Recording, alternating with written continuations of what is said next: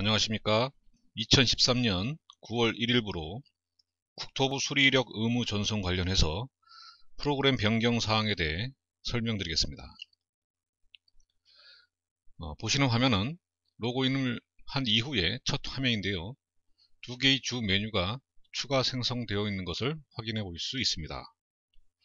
국토부 이력 전송은 매출일지에서 작업 내용을 작성하시면서 전송할 수 있도록 구성되어 있습니다.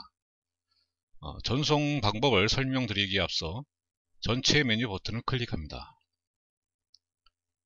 업체 정보를 클릭합니다.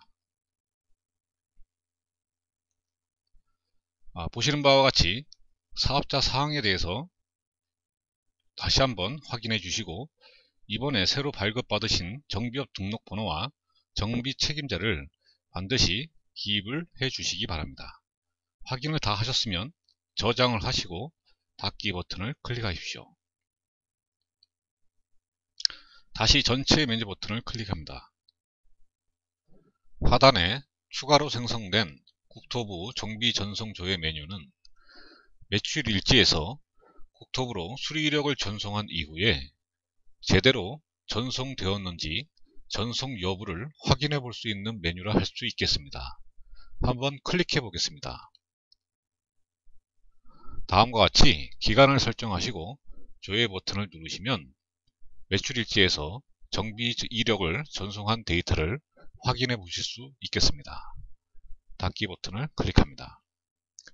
그럼 지금부터 매출일지에서 정비 이력 전송하는 방법을 배우도록 하겠습니다. 매출일지를 클릭합니다. 앞서 매출일지에서 작업내용 작성 방법을 배우셨는데요. 먼저 입력된 데이터를 가지고 정비 전송을 시도해 보겠습니다. 해당 차량을 더블 클릭하시거나 수정 버튼을 클릭하십시오. 매출 내역 작성 화면이 나왔는데요. 그동안에 접수 화면에서 차량에 대한 기본 정보와 하단 부분에 작업 내용에 대한 작성 방법에 대해서 설명드렸습니다. 국토부로 전송하기 위해서는 반드시 입력해야 되는 사항이 있는데요. 먼저 차량 번호와 주행거리, 입고일자, 출고일자, 하단 부분에 작업 사항에 대해 사용된 부품과 이번에 국토부에서 지정한 정비 항목 분류 코드를 반드시 지정해 주셔야 합니다. 상단의 입고일자는 정비 점검 의뢰일자를 의미하기도 하고요. 하단의 출고일자는 정비 점검 완료일자를 의미하기도 합니다.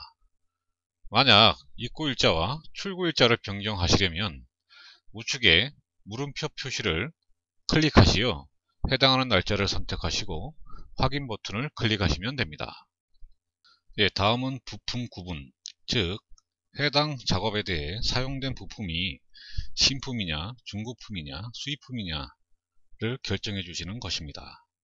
예를 들어 헤드램프 교환 중에 헤드램프가 중고품일 경우에는 마우스를 클릭하시어 중고 재생을 클릭합니다.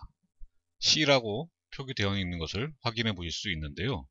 처음으로 작업을 하시면 기본으로 A 신품으로 설정되어 있는 것을 확인해 보실 수 있습니다.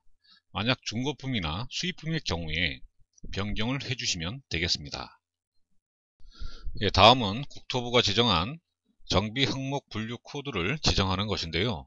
마우스를 클릭하시면 바디 부분, 의장, 엔진, 샤시 순으로 57가지의 정비 항목을 확인해 보실 수 있습니다. 이러한 정비 항목은 세 자리 숫자의 각각의 분류 코드를 가지고 있는데요. 어려운 분류 코드를 외우실 필요는 없겠습니다. 그럼 해당하는 작업 내용에 대해 정비 항목을 지정해 보겠습니다. 먼저 엔진오일 교환일 경우에는 엔진 쪽으로 가셔서 엔진오일 교환을 선택하십니다. 만약 항목이 없으실 경우에는 빈칸으로 놔두시고 다음으로 진행하시면 되겠습니다. 라이닝 교환, 샤시 쪽으로 가셔서 라이닝을 선택합니다. 만약 이 작업 또한 없을 경우에는 빈칸으로 놔두시고 다음으로 진행하시면 되겠습니다. 헤드램프 교환일 경우에는 바디 부분에 상단에 헤드램프가 있습니다. 선택해 보겠습니다. 이렇게 분류 코드 3자리가 찍히는 것을 확인해 보실 수 있습니다. 이렇게 국토부 정비 항목 분류 코드까지 모두 완료하셨으면 마지막으로 국토부 정비 이력 쪽으로 가셔서 정비 이력 전송 버튼을 클릭하십니다. 이렇게 되면 하단에 정비 분류 코드가 있는 항목에 대해서만 전송된다고 보시면 되겠습니다. 왼쪽의 작업 내용과 정비 금액은 전송되지 않습니다. 또한 분류 코드가 없는 항목에 대해서도 전송되지 않습니다. 단 분류 코드가 있는 항목과 부품 구분이 전송된다고 보시면 되겠습니다. 이렇게 국토부로 정비 이력 전송을 모두 완료하셨으면 제대로 국토부로 전송되었는지 여부를 이쪽 전송 조회 버튼을 눌러 확인합니다. 한번 클릭해 보겠습니다. 예, 화면이 바뀌면서 전송 여부를 확인해 보실 수 있습니다. 전송이 확인되었으면 닫기 버튼을 클릭합니다. 만약 실수로 작업 내용을 잘못 입력하여 수정을 해야 하거나 추가 정비 작업이 발생하여 추가로 입력해야 하는 상황이라면 본 화면에서 수정을 하거나 추가로 입력하신 후에 상단에 국토부 정비 이력 버튼을 클릭하여 이력 전송을 다시 누르면 되시겠습니다. 이럴 경우에는 누르는 순간 수정 사유를 작성하라는 화면이 나타날 것인데요. 간단히 수정 사유를 작성하시고 전송하시면 되겠습니다. 그러면 정비 이력 전송 조회 버튼을 눌러 다시 제대로 전송되었는지의 여부를 확인합니다. 화면을 보시면 경정 순번, 경정 여부로 안내해 주고 있는데요. 1번 신규, 이게 무슨 뜻이냐면 처음으로 전송을 했을 경우에 1과 신규로 나타내 주고 있습니다. 만약 수정을 해서 다시 전송을 했을 경우에는 2번 수정 경정, 이렇게 표시를 해주고 있습니다. 경정이라는 단어는 국토부에서 한자 용어로 바르게 고침이라는 뜻으로 사용되고 있습니다. 닫기 버튼을 클릭합니다. 마지막으로 정비 이력 삭제 기능에 대해 설명드리겠습니다. 이 기능은 테스트를 해보기 위해서 잘못 전송되었거나 고객이 수리를 취소하였는데도 불구하고 먼저 입력을 해서 전송을 했을 경우에 정비 이력 삭제를 통해서 해당 내용이 삭제되는 것이 아니라 국토부로 미리 전송한 내역을 삭제할 때 사용하는 기능입니다. 그렇게 되면 정비 이력 전송 조회 버튼을 누르시면 3번 삭제 경정이라는 표시가 될 것입니다.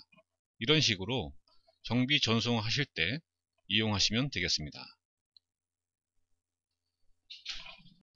네, 여기까지 국토부 수리 이력을 전송하는 방법에 대해 설명드렸습니다.